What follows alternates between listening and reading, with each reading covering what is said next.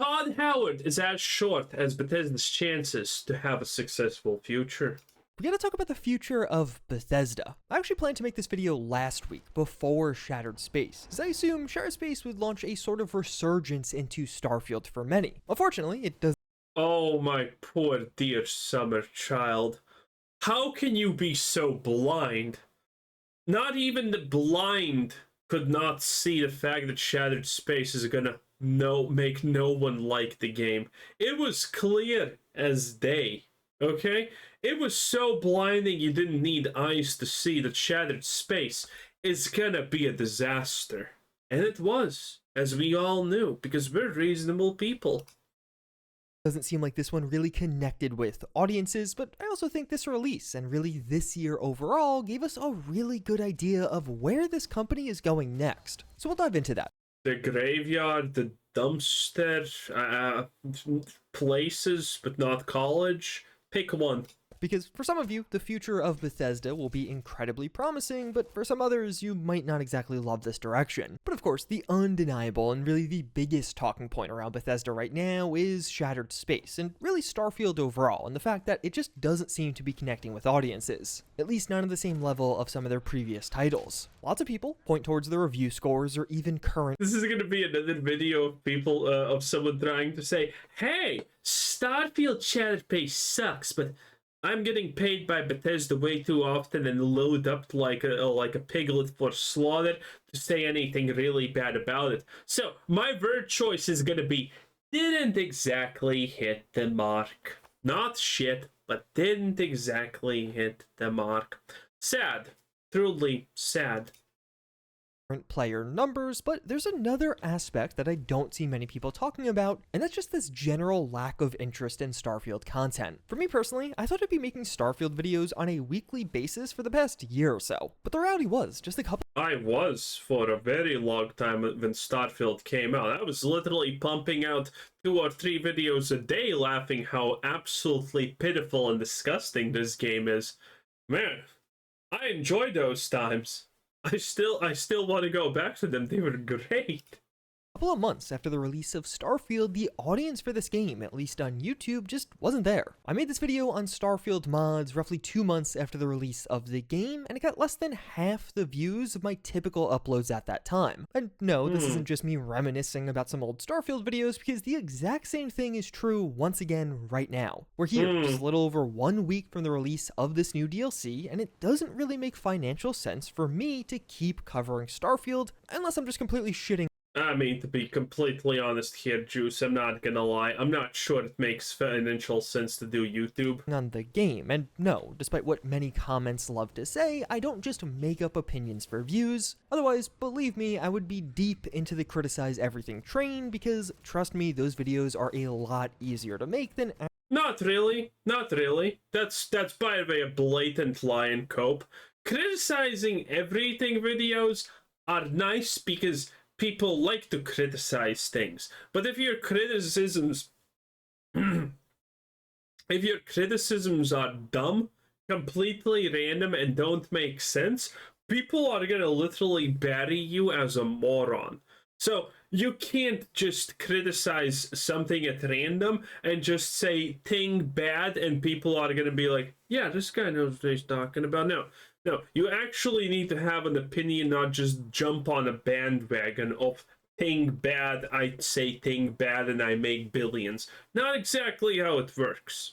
Actually playing the game. Unless it's like, you know, Jack Doherty, where if you do say idiot bad, and I hope he dead, and people are like, yeah, that seems to make sense because it's just one of those topics. To form opinions. And talking to many other content creators, the exact same is true for them. Starfield videos simply don't perform well, and I do think this has a pretty big impact on the overall community in a way. But who cares? I'm just one idiot on the internet. What community? You know why Starfield good game videos don't do well? Because no one plays Starfield, no one likes Starfield, and the people who like Starfield also like sniffing glue and eating paste. Okay? There's not a lot of overlap there. There's not a lot of potential there, okay?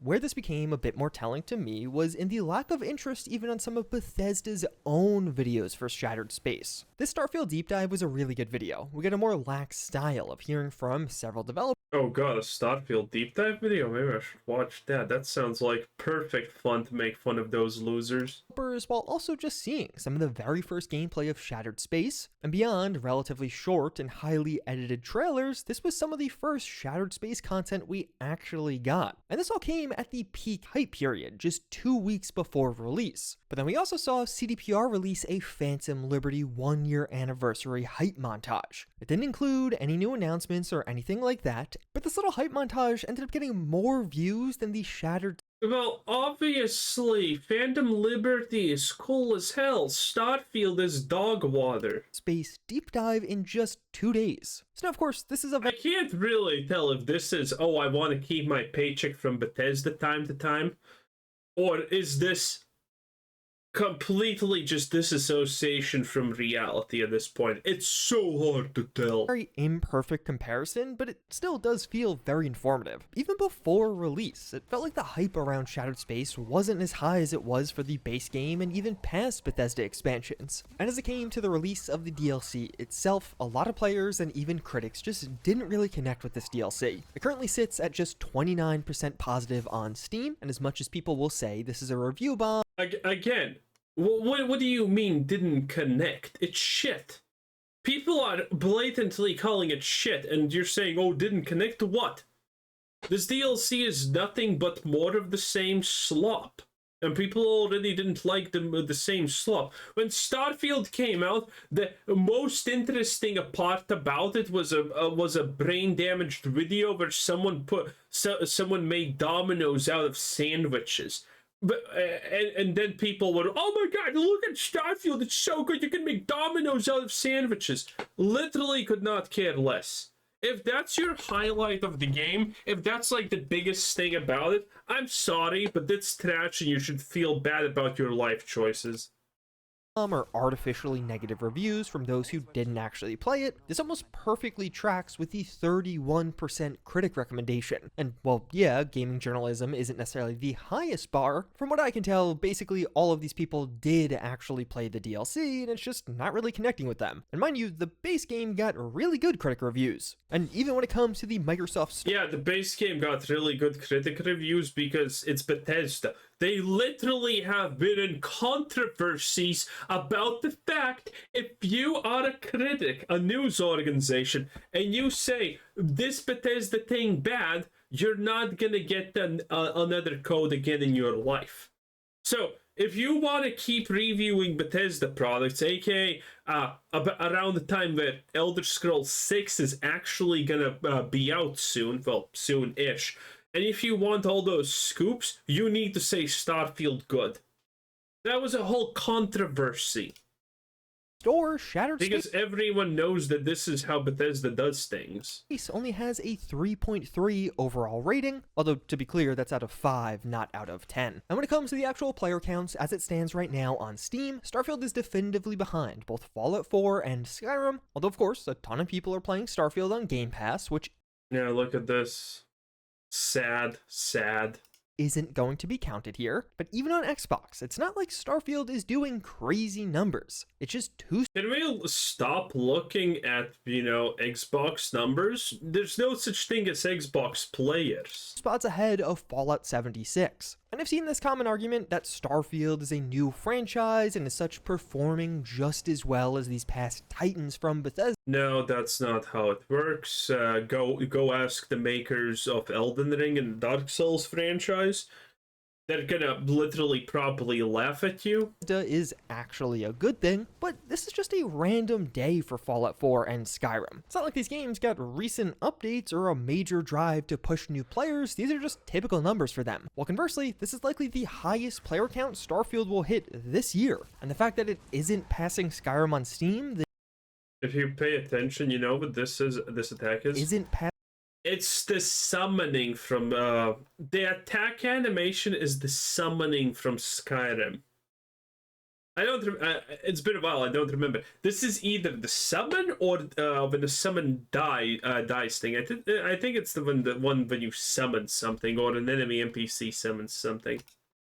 Passing Skyrim on Steam the day of its new DLC release does feel indicative of something. And even when you look at the Xbox numbers, Fallout 76 hasn't gotten a major update in some time, while Starfield just got its biggest release of the year. Starfield just being 2 spots ahead of Fallout 76 just doesn't seem great here. And the simple reality is, I think many of us were expecting or even predicting that Starfield When you're comparing something like Fallout 76, an absolute disappointment, disaster, for Bethesda once again, because how much people hated Fallout 76, and how much, by the way, people still do hate it, okay? Listen, if you play Fallout 76, I will tell you this, at least it's kinda almost a playable game if you're completely bored out of your mind, okay? Then it's acceptable that you're doing it. Any other reason than that, and you not calling it slop, I question your IQ. in Shattered Space would be performing quite a bit better than it is right now. Although honestly to me, it's hard to gauge much of anything from those stats, as you don't have the full player count picture. Well, the one stat that I see barely anyone talking about that does feel incredibly informative is the early access players. If you purchase the Starfield Premium Edition, you got early access, but also a free copy of Shattered Space. During the early access period on Steam, aka the Yeah, this is hilarious.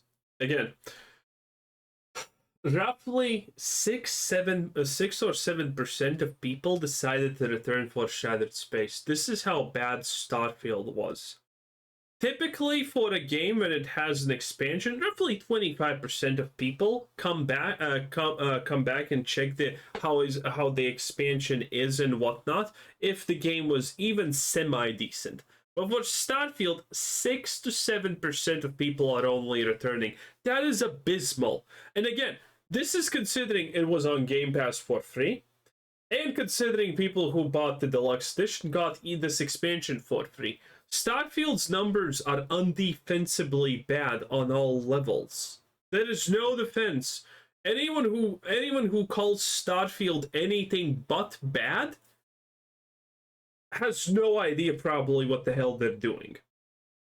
The one place we actually have numbers for, Starfield hit about 250,000 concurrent players at its peak during early access. So at least 250,000 people on Steam own Shattered Space. And yet, since Shattered Space's release, the game has only peaked at a bit under 22,000 players. So even though we don't have the complete picture, this still feels very informative to me. A ton of people owned the DLC on Steam, yet didn't even bother reinstalling the game to give it a try. And mind you, these are some of the dedicated fans. They literally paid extra to play this game early on release, but that actually is a good point. That is true. Didn't come back a year later for the first expansion. So that was a ton of negativity about Starfield, but I also think this is just reality. If you have some stat or metric that we can look at that goes against what is being portrayed here, please tell me about it. Because at the end of the day, I personally want Starfield to succeed, and if you're somebody enjoying the DLC and even the base game of Starfield, more power to you. And frankly, I think it's sad that I even need to say that it's okay to just like a video game that you're playing alone. But gaming discourse is pretty horrible right now, and many of No.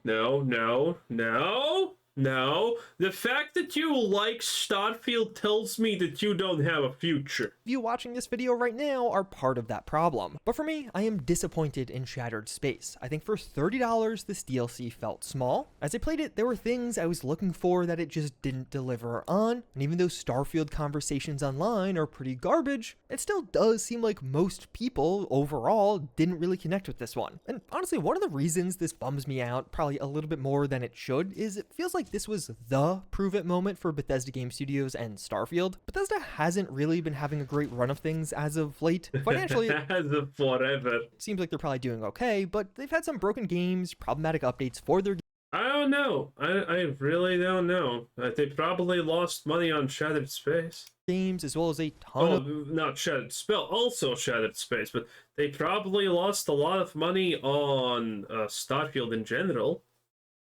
of paid mods that have left many in the community wanting more and wanting better, and I personally thought Shattered Space would be that thing. Bethesda's opportunity to make a really cool DLC and show this is what they're good at, to win back some fan support around Starfield and maybe even reignite interest in the game as a whole. And I think what bothered me the most is it didn't even feel like they tried to do that. To me, it just didn't feel like there was a meaningful attempt to win fans back with Shattered Space. And instead, as I was actually Maybe that's because there wasn't.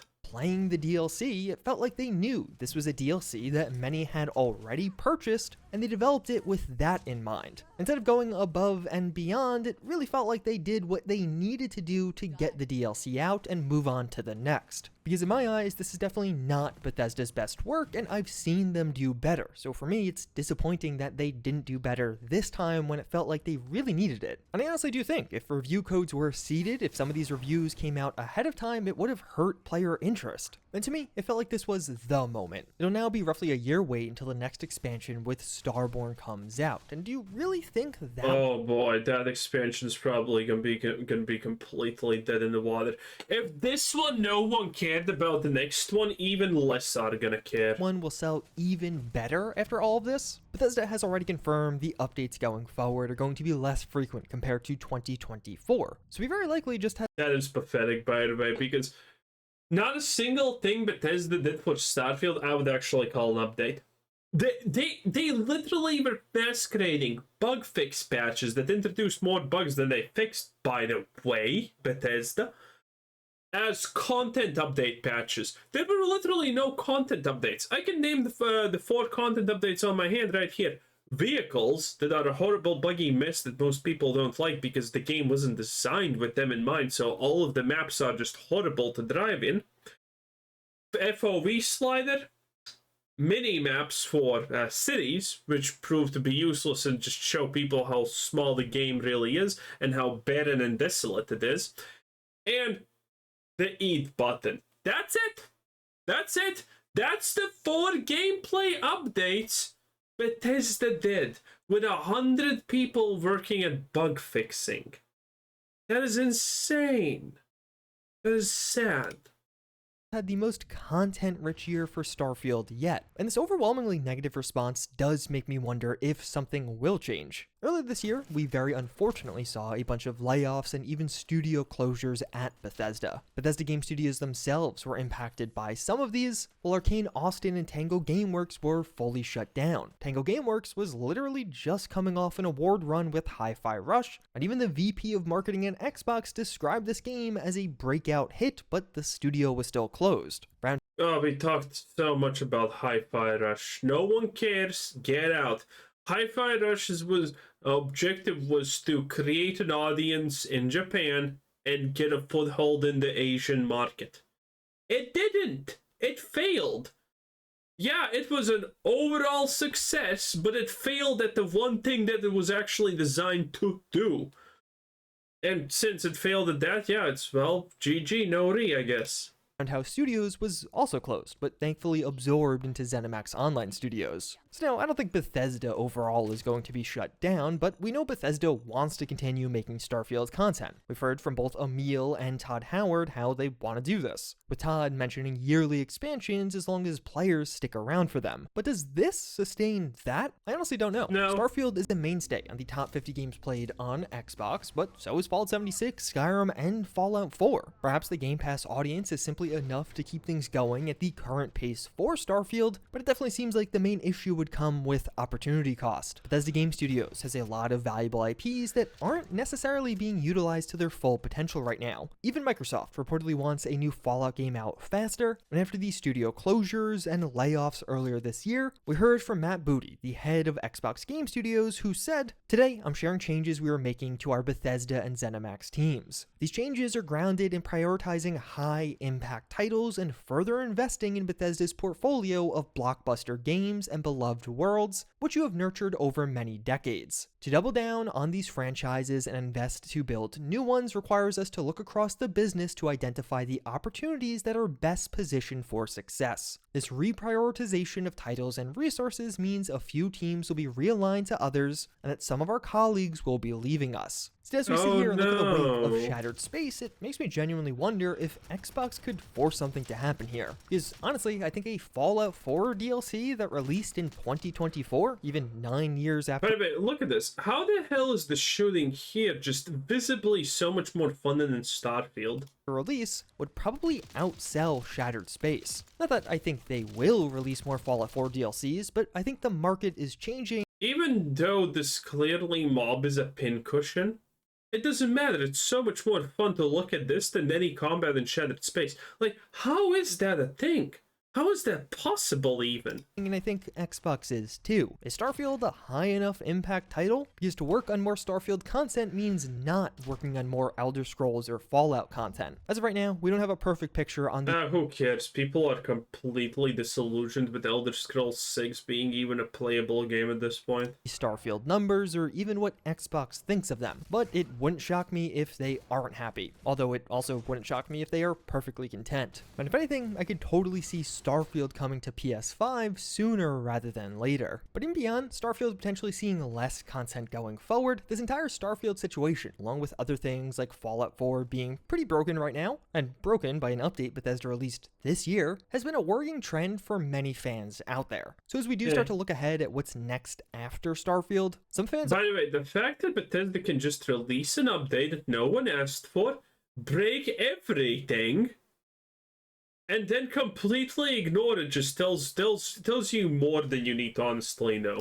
Are fearful of where we go from here, with Bethesda's next game, The Elder Scrolls 6, being one of the most common concerns, where some fans feel like The Elder Scrolls 6 could be in trouble. So now, I don't personally feel this way, but I also think The Elder Scrolls 6 is going to look very different compared to all of the past Bethesda Game Studios games, and I think we're starting to see what it'll look like with what we're seeing with Starfield right now. It really feels like Creation Club was the most notable kickoff on this new trend, the new Bethesda. Paid mods coming back for Fallout 4 and Skyrim once again, but then they followed that up with Fallout 76 and the Atomic Shop, eventually pay-to-win mechanics in the Atomic Shop, and then of course Fallout First. But even under Microsoft, we see things like paying more to get early access to a game, a paid mod shop coming to Skyrim, but then also Oh no, Bethesda is gonna have enough money for quite some time, I honestly assume.